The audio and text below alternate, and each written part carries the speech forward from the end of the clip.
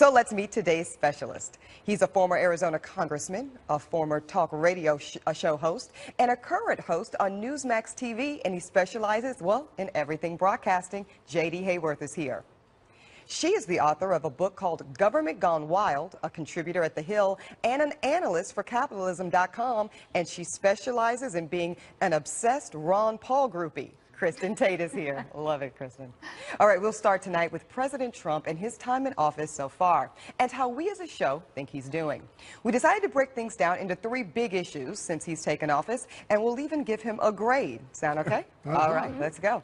Foreign policy is up first. From day one, President Trump has taken a very firm stance on keeping Americans safe and reestablishing the U.S. as the leading global superpower. But his methods of delivery have been, well, a little bit untraditional, to say the least, leaving some to doubt the seriousness of his message. Here's Senator Chris Coons. I continue to be uncomfortable with foreign policy decisions made by tweet. And I've, frankly, candidate Trump said that he would be unpredictable in foreign affairs, and President Trump has certainly delivered on that. Eric Bowling, I heard a humongous sigh. Unpredictable. Who put that soundbite in the beginning of the show like that? That's the way you want to kick off Donald Trump's foreign policy debate. Look, I think he's been the opposite of unpredictable. He's been very decisive. Let's not forget 59 Tomahawk missiles being delivered into Syria the night that Chinese Prime Minister Xi was at a dinner, State Department dinner.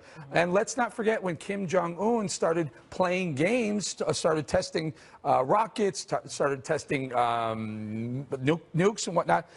Donald Trump brought 3 aircraft carrier groups into the region, into the Korean Peninsula. That's decisive action. That's not inconsistent. But I think that just because it's decisive doesn't mean it can't be unpredictable. I mean, Trump has said he wants to be unpredictable, and I think that's an asset in foreign policy. Obama used to announce everything we were going to do before we did it. Or not do. Right, true. And I think that made us weaker on the international stage. So I think foreign policy is like a chess game, and Trump can utilize the element of surprise to instill a little fear in our enemies. It's the perception. Make our allies respect us. The perception of unpredictability. The fact is that here is a guy who goes with his gut and expresses things not the way that the striped pants bunch at the State Department at Foggy Bottom want him expressed. He comes out and says what is on his mind. It is a language which resonates with much of America, but not with those in diplomatic quarters. Well, right. I think part of it is that he was so anti getting involved in Syria as a candidate,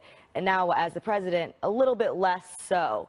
I think that some people might think, what is Trump's doctrine? Because a lot of the things he says, he sounds pretty anti-interventionist, but then he is, as you mentioned, sending all those missiles over there and all of that kind of thing. So I think that might be what people mean by unpredictable. And I think a lot of times what people mean too is just the tweets, the fact that he just randomly tweets things. But I don't really have any problem with the tweets. I don't know why people have so many problems with the tweets. Well, I think also people are grading him on 2 different things. Are we grading him on doing what he said he was going to do, which for me, I think he's been very kind of consistent. I agree with you on that, Eric. Or if you're grading him on doing what you personally want your political agendas to be moved forward to look like, then yeah, JD, I think maybe you're right, certainly. Yeah, I'm going to agree with you on this one, Ebony. I would not agree with the Syrian policy, but I would definitely agree with his North Korean policy. This guy is crazy, and he's threatening some of our allies and our troops, so you do what you have to do. As far as Syria, I don't think, and you're right, Kat, he said, not our war, not our area, yet he sent Tomahawk missiles in. So I'm going to disagree with the policy, but I'm going to give him an A for being consistent on both measures. I agree. I think a lot of people felt like when Donald Trump would go in office, that much of what we heard on the campaign trail was just pure rhetoric, right? And that he was going to be some different thing once he took occupation of the Oval. That's not been the case. I think so much of what we've seen from Donald Trump, with the exception, Kat, I think you're right, there's a bit of a disconnect around the intervention policy. But a lot of what we've seen from Donald Trump has been exactly what he campaigned on. So for that, I'll give him high marks. I think a lot of Trump supporters, to pick up on what you were saying, Kat, are disappointed in what we're doing in Syria. We want to spend resources and energy here at home. I mean, there are so many problems plaguing this nation. We don't need to be the world's policemen. So he does lose points for me on Syria. Why are we even there? I mean, Russia's there. One of their goals is to take out ISIS. I guess one of our goals is to take out the Assad regime, but if we do that, it could open up a whole Pandora's box of problems. We could get someone worse in there. So I think a lot of Trump supporters want to focus our energy, our money, right here at home, instead of trying to basically police the world. Very quick, we're going to go around the table and give him a grade on the foreign policy front. Kristin, you first. B+. Kat? I guess, I don't know, C. Hey. Consistency. I like foreign countries not knowing exactly Maybe a what we're C gonna do. plus. It seems pretty similar to the foreign policy of the past. There's nothing really drastically different. Yeah, I'd give him a B. I understand we want a grade early. Fact is, it's incomplete because we have yet to see him face his first major foreign policy crisis. It's coming, but we have yet to see it come to fruition. All right, Professor Hayworth here. All right, next up, the economy. Candidate Trump ran on reviving the American economy, getting folks back to work, and most importantly, putting your money back in your pocket. So here's his son, Eric, speaking with our very own Maria Bartiromo.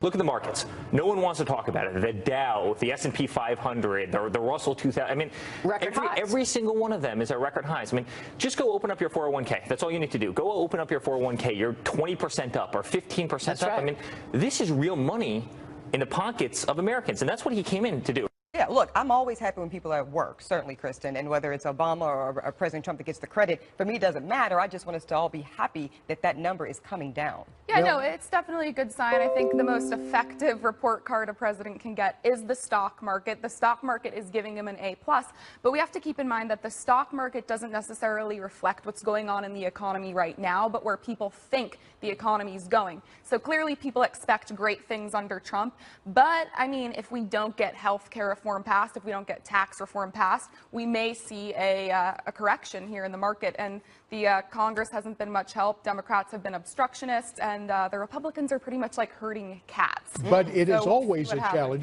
This is the thing about living in a constitutional republic. It's not easy to govern. That's why it's so fun to campaign, but when you're actually serving in office, that's the tough work. And in a free society, finding unanimity is difficult. But you look at 600,000 new jobs. And the other thing that Eric brought up, the deregulation, those are hidden taxes.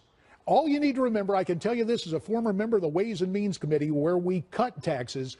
Remember what Milton Friedman said, if you want less of something, tax it. You take the taxes away, you reignite the engines of economic activity. In the final analysis, it's not Wall Street, it's not even Main Street, it's your street where the difference is made, and you'll see it at home. So that's what the American people are waiting on. Yeah. Kat, do you have to take? Yeah, I think a lot of people do trust President Trump on the economy. And like you said, this represents confidence. People have confidence to spend money. There's two things with Trump. On the one hand, he talks about deregulation, which is amazing and awesome and incredible. I love it when politicians talk about deregulation and creating jobs that way. I love that. On the other hand, sometimes I feel like he gets too involved in some of the coal industry and things like that. And I don't see how that's different than presidents who have been liberal and gotten involved in green energy and trying to keep those jobs. I think that the less that a president or politician wants to do when it comes to businesses in our country, the better. Yeah, and the way he's helping the coal industry is by removing regulation. Right. And like I said, that part of it I like. That part of it I like. Can I just very, very quickly, if you need a good example of what JD was talking about on taxes, New York State is one of the most liberal states in the country. It always goes for the Democrat. New York State, in order to entice businesses here in New York, Governor Cuomo is out there campaigning on lower taxes, getting tax breaks to bring businesses here. Well, if that works for them on the bigger schedule, why wouldn't it work for Democrats nationally? I think that it would. I think that historically, Eric, that has kind of not been the, quote, liberal agenda, but they have obviously got to get an economic message. I don't know how many times I've got to say it for them to connect with voters. Democrats get an economic message, connect with voters, right? And you're exactly right. Cuomo gets that. Bloomberg got that. That is going to be the only way to remedy the unemployment and bringing back money in people's pockets. I think we agree we need lower taxes. We all agree with that here, but Trump can't do that on his own. You know, he needs help from Congress. He needs help from the other Republicans and the other Democrats. So he's doing as much as he can, I think, by himself, like that order he passed for every one new regulation to get slashed. Very quickly, though, we've got to do report card on the economy. You start with grades. A+. Okay. Kat? I don't know. I think I don't want to pick a specific letter grade. I'm so radical and such an ideologue when it comes to government involvement that it'd have to be pretty severe for me to give an A, but I would say probably a B. I'd say B. Bowling? Oh, I'll do 100% then. Okay.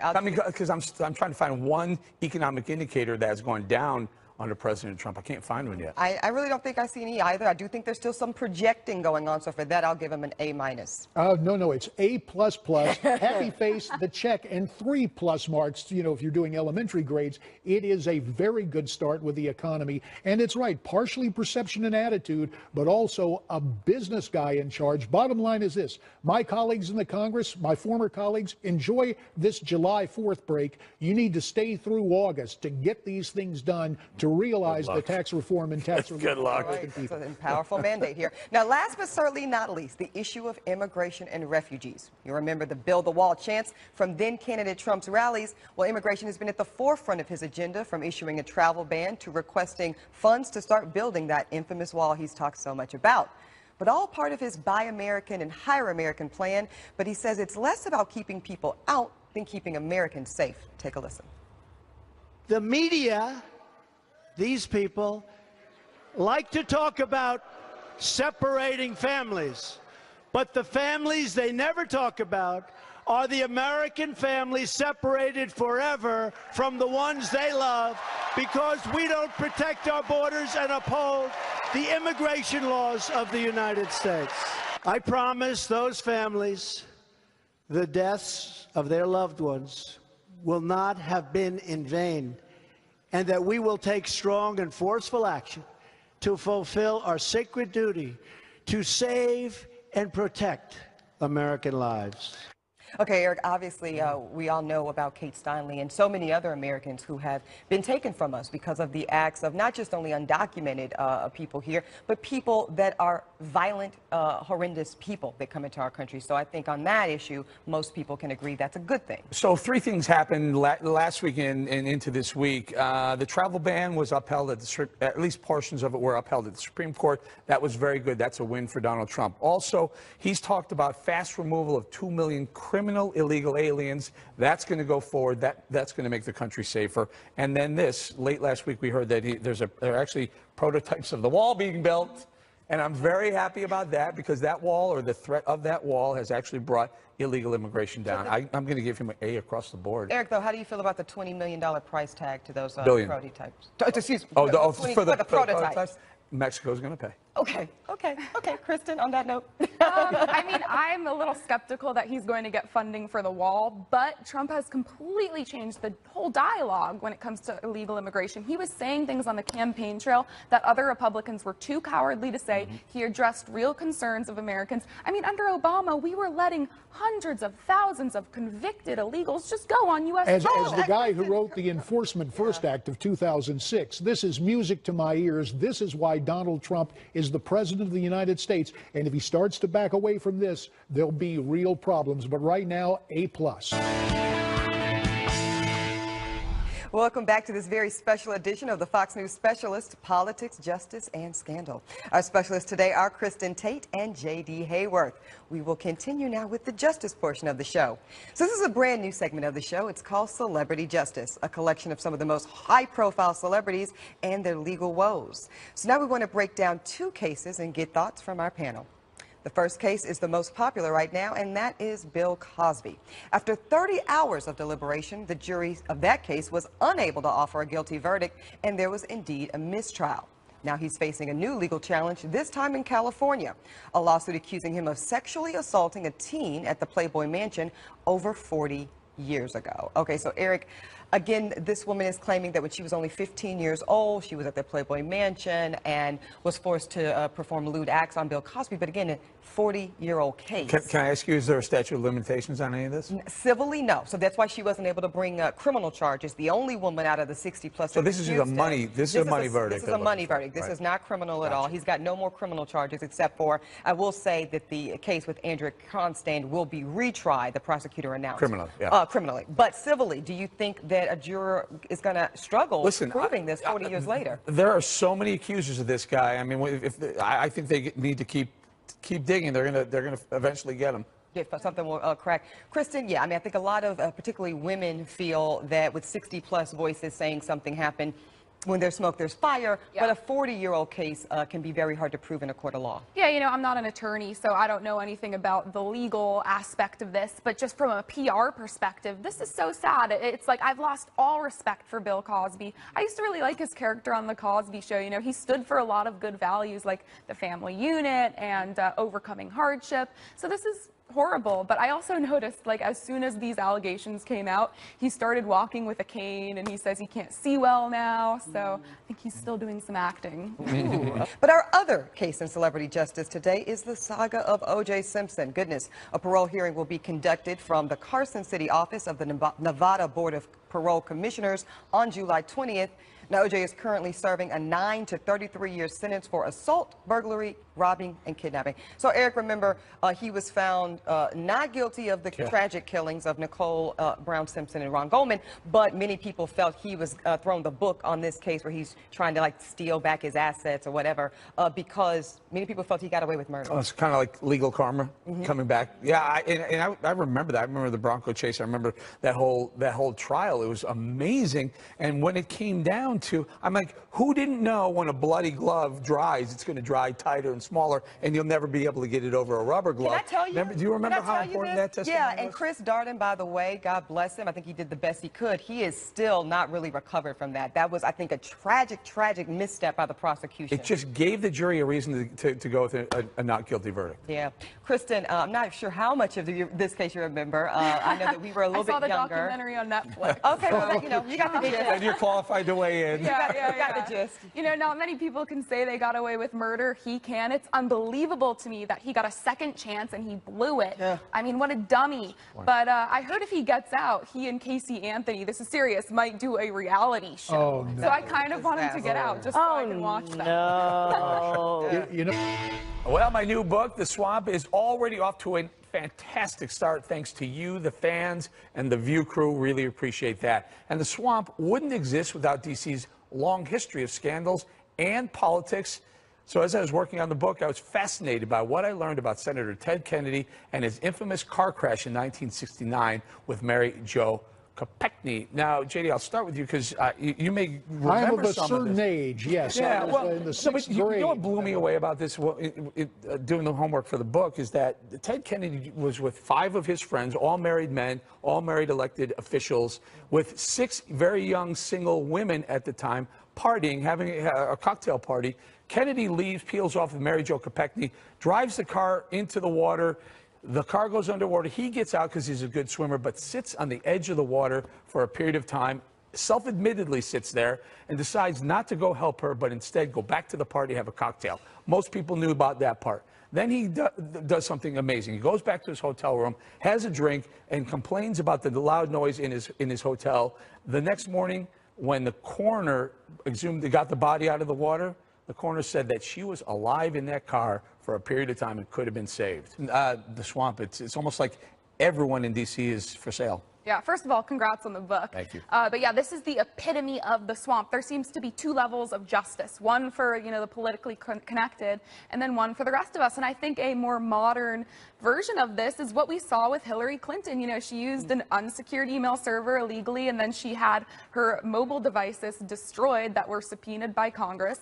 They're untouchable, these bureaucrats. So I'm glad you wrote this book, too. People got to know about this. Ebony, I'll just point out that Donald Trump, after a segment on the Fox and Friends on the Swamp, retweeted the book, about the book. Yeah. It took off, but Matt Drudge put it up on his very, very influential news website, and that's how the book really I mean, the book is just doing phenomenal, Eric, and we talked about it before the show. The timeliness of this, I really credit you with that, my friend, because it's right on time and it's on the pulse of America right now. Thank you very much. Thank you, everybody, for buying it, and Amazon and whatever. Let's circle back with our specialists, J.D. Hayworth and Kristin Tate.